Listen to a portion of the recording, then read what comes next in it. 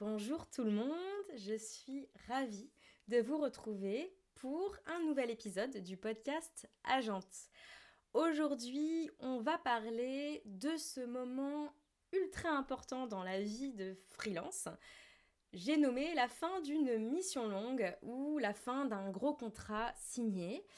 Quand ça commence à pointer le bout de son nez, quand la fin commence à arriver, le stress commence à monter petit à petit, et donc c'est ce fameux moment où on se demande sérieusement à quoi la suite va bien pouvoir ressembler.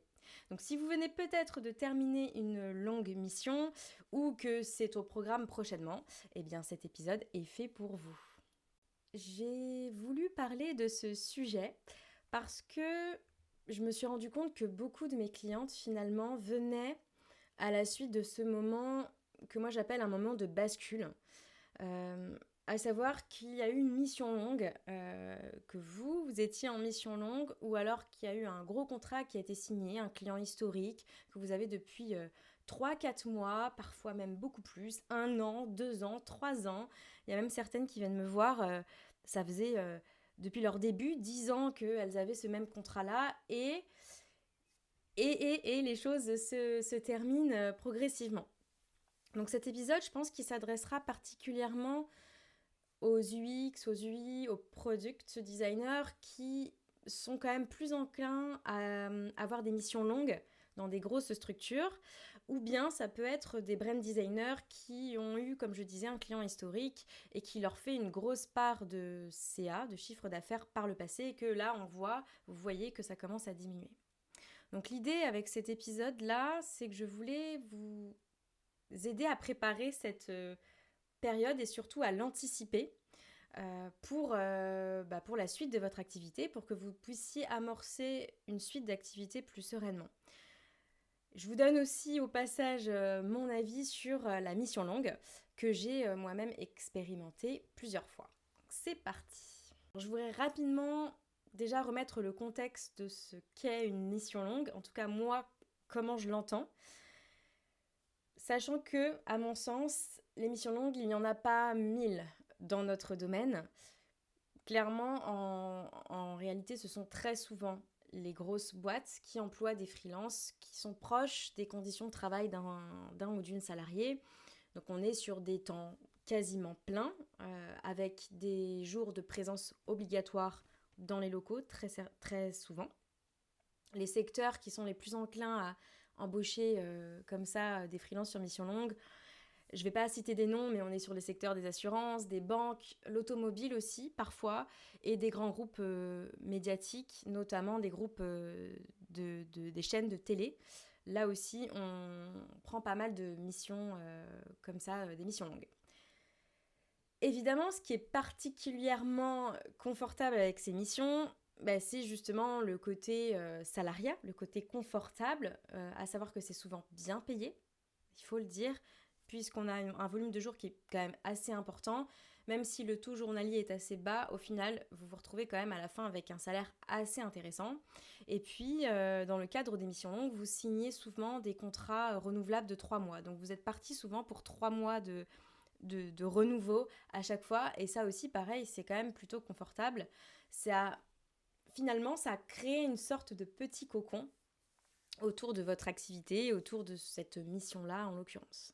Le danger de la mission longue, selon moi, parce que vous vous doutez bien que je vais vous parler aussi du danger de cette mission longue, c'est que déjà vous avez certes presque tous les avantages d'une salariée, sauf que vous êtes freelance. Et ça, faut pas l'oublier. Donc, vos arrières ne sont pas protégées.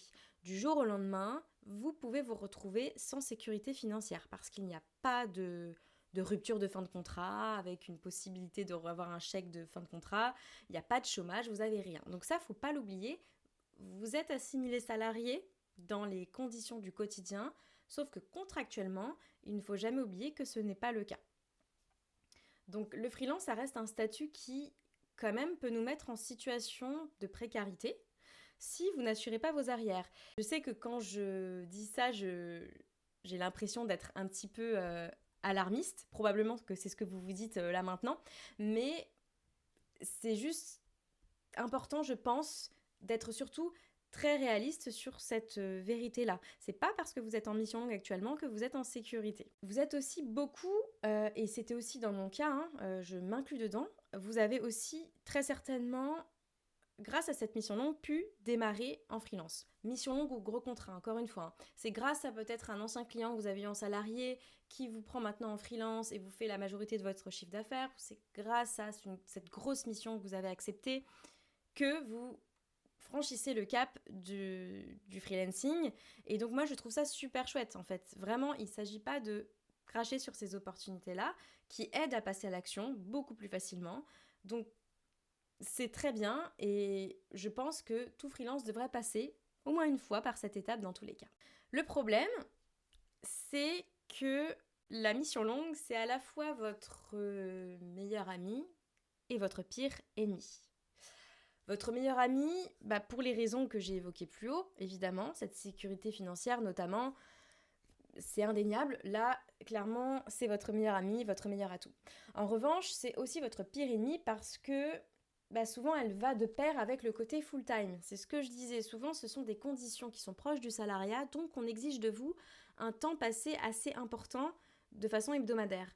Et donc, le truc, c'est que ça ne vous permet pas de développer votre activité à côté. Donc ça va être assez déterminant ce que je dis là pour la suite des conseils que je vais pouvoir vous donner sur comment anticiper l'après. C'est que vous n'avez pas beaucoup de choix en réalité. Pour moi, vous en avez deux. Si vous êtes en mission longue ou sous un gros contrat qui vous prend une majorité de votre temps, vous avez deux choix pour anticiper la suite. Soit vous êtes en mode sprint, et vous attendez que la mission se termine. Et là, vous vous mettez dans un état dont je reparlerai après, avec un plan d'action très clair. Mais voilà, vous dites, j'attends que la mission se termine pour avoir ce temps-là à disposition et je me mets en mode sprint. C'est une première possibilité. La deuxième possibilité, c'est celle que j'appelle plutôt en mode tâche de fond. Donc c'est de commencer de faire des choses pendant que vous êtes actuellement en mission ou sous ce gros contrat. Alors je vais détailler les plans d'action justement pour ces deux typologies de mise en action. La première, si vous êtes en mode sprint. Donc encore une fois, vous attendez que la mission se termine, vous donnez tout à ce moment-là, vous avez déjà votre plan d'action qui est prêt, mais vous n'enclenchez pas les choses. Vous attendez vraiment que cette mission se termine. Déjà dans ce cas, entre parenthèses, mais qui n'en est pas une en réalité parce que je pense que c'est important, je vous recommande fortement, si vous voulez faire ce mode sprint, d'avoir au moins 3 à 6 mois d'avance de trésorerie. Je le conseille de toute façon à tout le monde, à tout freelance, d'avoir au moins cette trésor. Mais là, plus particulièrement, pour moi, c'est absolument obligatoire, si vous ne voulez pas vous mettre dans le rouge, d'avoir 3 à 6 mois d'avance de trésorerie. Donc il faut absolument que ce soit votre priorité si vous décidez d'être en mode sprint. Après, si vous voulez mon avis franc et honnête, je ne suis pas fan de ce mode sprint. C'est pas que je n'y crois pas, mais compte tenu des circonstances actuelles du marché, on sait qu'on a plus de difficultés à trouver de missions qu'avant. Et le temps d'obtention d'une mission, c'est quand même relativement rallongé. En tout cas, il y a de l'incertitude sur à quel moment vous allez pouvoir récolter les graines de ce que vous avez semé. En particulier, si vous êtes totalement novice sur votre présence en ligne, si vous n'avez pas déjà travaillé tout ça par le passé et que vous démarrez vraiment de zéro, franchement, voilà, c'est un peu compliqué. Je pense que vous vous mettez peut-être en situation un petit peu de risque là. Après, voilà, encore une fois, si vous avez de la trésor d'avance, pourquoi pas. Ce qui me pose davantage problème encore, c'est que pour moi, vous construisez votre activité en mode pic de croissance. Donc c'est qu'en fait, à chaque fois que vous trouvez une mission et que vous démarrez une mission, eh bien, vous arrêtez tout ce que vous faites dans le développement de votre entreprise, dans cette prospection, dans toutes les actions que vous mettez en place, vous arrêtez tout d'un coup. Et donc, vous devrez alors recommencer à zéro parce que c'est une mission longue. Donc, au bout de 6 mois, 8 mois, si vous n'avez rien fait en prospection, pour moi, c'est un redémarrage à zéro, clairement.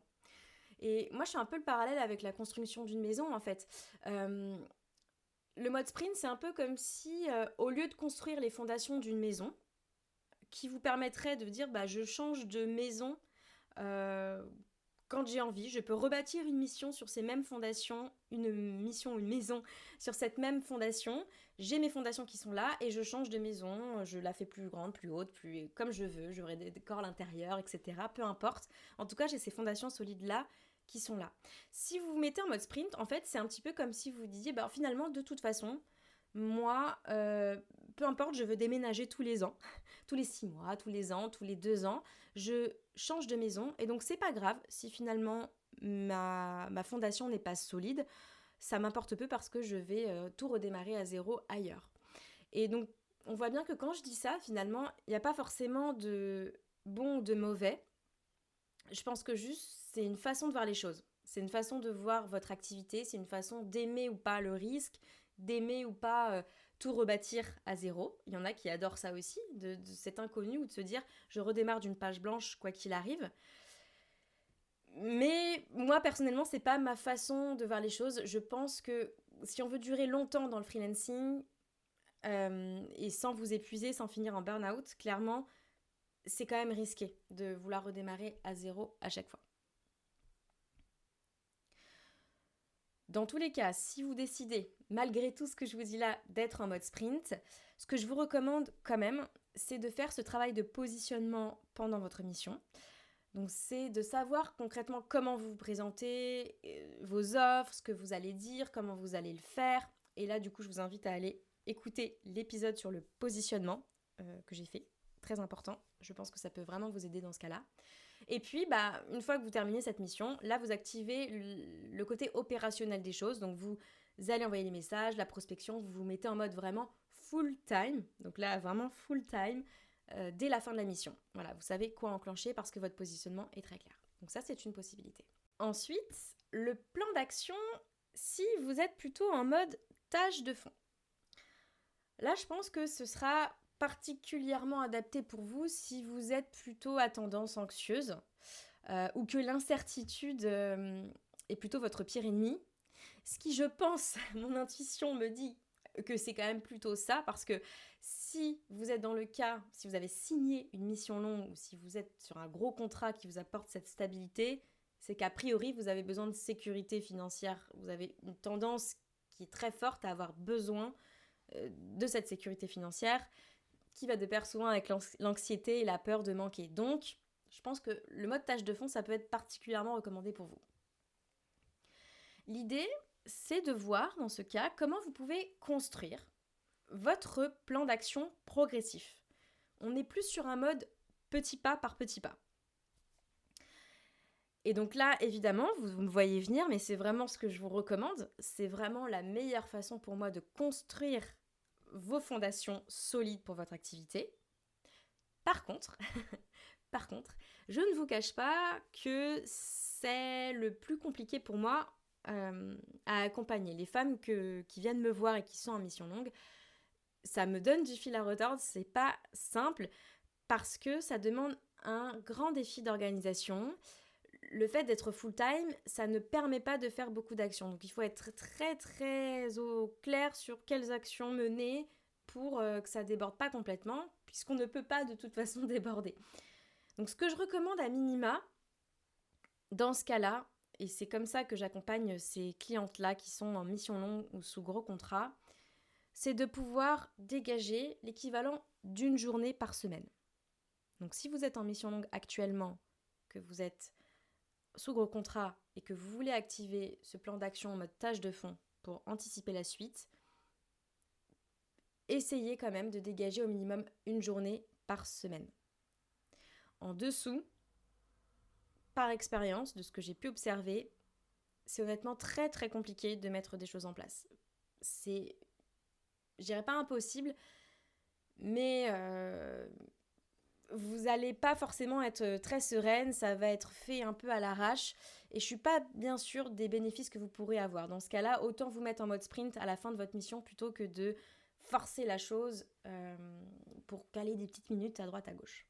Donc pour moi, la première chose à faire pour dégager ce temps-là, c'est de voir dans quelle mesure vous pouvez négocier avec votre mission longue ou votre gros contrat de négocier un jour off dans votre travail. Moi, c'est ce que j'ai fait quand j'ai travaillé pour AXA à l'époque. En fait, j'avais démarré full-time. Vous allez peut-être démarrer full-time parce que c'est leur besoin. Sauf qu'au fur et à mesure, vous allez peut-être pouvoir proposer 4 jours, 3 jours par semaine. C'est des choses qui peuvent se faire quand les choses sont installées. Donc vraiment, voilà, je plante cette graine-là dans votre esprit. Parfois, on se dit c'est impossible, j'ai signé ce contrat pour du full-time, c'est mort, ça changera jamais. Alors qu'en réalité, il y a peut-être des possibilités pour vous que de faire évoluer ce contrat. Il faut juste oser le faire évoluer et oser y aller, mais c'est tout à fait possible. Moi, je vois par rapport à AXA, en fait, je pense que quand on est... je reste persuadée que tout est possible, tout est négociable quand on reconnaît la valeur de votre travail et de votre posture. Quand vos compétences sont appréciées, quand on aime votre contribution, on a envie de vous garder dans l'équipe en fait. Et c'est arrivé à certaines consoeurs aussi qui étaient en mission longue dans plusieurs secteurs. En fait, elles ont toujours réussi à négocier un petit peu leur contrat comme ça parce qu'elles se sont, je dirais pas qu'elles se sont rendues indispensables, mais elles avaient quand même une forte valeur ajoutée, elles avaient quelque chose qui faisait qu'on avait envie de les garder dans l'équipe et donc il était possible peut-être de faire quelques compromis. Si c'est pas un jour par semaine, peut-être que ça peut être 2 jours toutes les 2 semaines, enfin voilà, une demi-journée, enfin il y a tout à réinventer, 2 après-midi dans la semaine, voilà. Je pense qu'on peut faire des choses comme ça, donc à réfléchir. Dans le cas où vous avez signé un gros contrat, et donc là on n'est pas sur le cas de la mission longue classique, mais plutôt si vous avez un client historique qui vous prend tout votre temps, là tout l'idée ça va être de réfléchir à comment ne pas concentrer ce gros contrat sur un temps court. C'est vrai que ça arrive souvent qu'on peut signer un gros contrat, et moi aussi j'ai eu quelques exemples comme ça dans ma carrière de freelance, où on signe un gros contrat et on se sent obligé soi-même de se dire je concentre tout, je fais le max dans un temps très court, alors qu'en fait, en vrai, encore une fois, si vous avez la bonne posture et que vous amenez bien les choses, vous pouvez réussir à dispatcher ça sur plusieurs mois, de manière à ce que votre organisation soit plus fluide pour vous et vous pouvez avoir au moins une journée par semaine, voire 2, ce serait l'idéal. Et enfin, la dernière solution pour moi pour pouvoir dégager ce temps, c'est la solution de dernier recours que je fais vraiment, que je recommande à certaines si c'est possible, mais c'est pour un temps court, c'est de diluer cette journée sur les soirs ou les week-ends.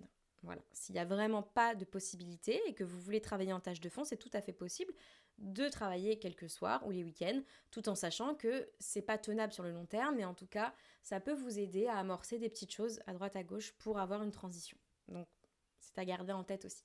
Alors, quand faut-il concrètement s'activer? Parce que je pense qu'il y a une question que vous devez vous poser certainement, c'est à partir de quel moment il faut vraiment que je me mette en mouvement si je suis en mission longue ou si je suis sous gros contrat. Et évidemment, je vous dirais que le plus tôt, c'est le mieux. Je sais qu'on a toute envie de respirer un peu, d'arrêter la prospection. Souvent, quand on signe un gros contrat et qu'on est en mission longue, c'est vraiment parce qu'on a envie de se déposer et qu'on a envie d'envoyer balader la prospection très très loin. Voilà, on veut prendre un souffle nouveau. Et là, je vais vous dire quelque chose qui ne va pas vous plaire, mais bon, je ne suis pas là pour vous dire que des choses qui vont vous plaire. C'est que pour moi, c'est pas possible. Ce n'est pas possible d'arrêter la prospection. Oui, vous pouvez vous faire une pause d'1 mois si vous n'en pouvez plus, si c'est très compliqué. Mais même quand vous êtes en mission longue, en réalité, c'est important de garder en tête qu'il faut aller prospecter. Vous êtes freelance, vous n'êtes pas salarié. Ce n'est pas la même chose, vraiment. Ce qui est par contre possible, et pour moi tout réside là-dedans, c'est de bâtir des systèmes de prospection différents selon vos énergies, votre disponibilité, pour que ce soit le moins lourd possible aussi. Parce qu'on voit la prospection en mode gros morceau, c'est figé, ce sera comme ça que je dois aller prospecter. Et je pense qu'il faut davantage intégrer la souplesse en fonction de justement si vous avez l'énergie, si vous avez envie d'y aller, quel est le minimum vital si vraiment là vous êtes complètement à plat, qu'est-ce que vous pouvez quand même faire pour aller prospecter. Donc c'est de bâtir et de réfléchir à construire des systèmes de prospection alignés avec vos enjeux et vos envies du moment. Comme je disais, plus vous vous y prendrez tôt, et moins, factuellement, vous aurez besoin de récolter les fruits de ce que vous avez semé rapidement.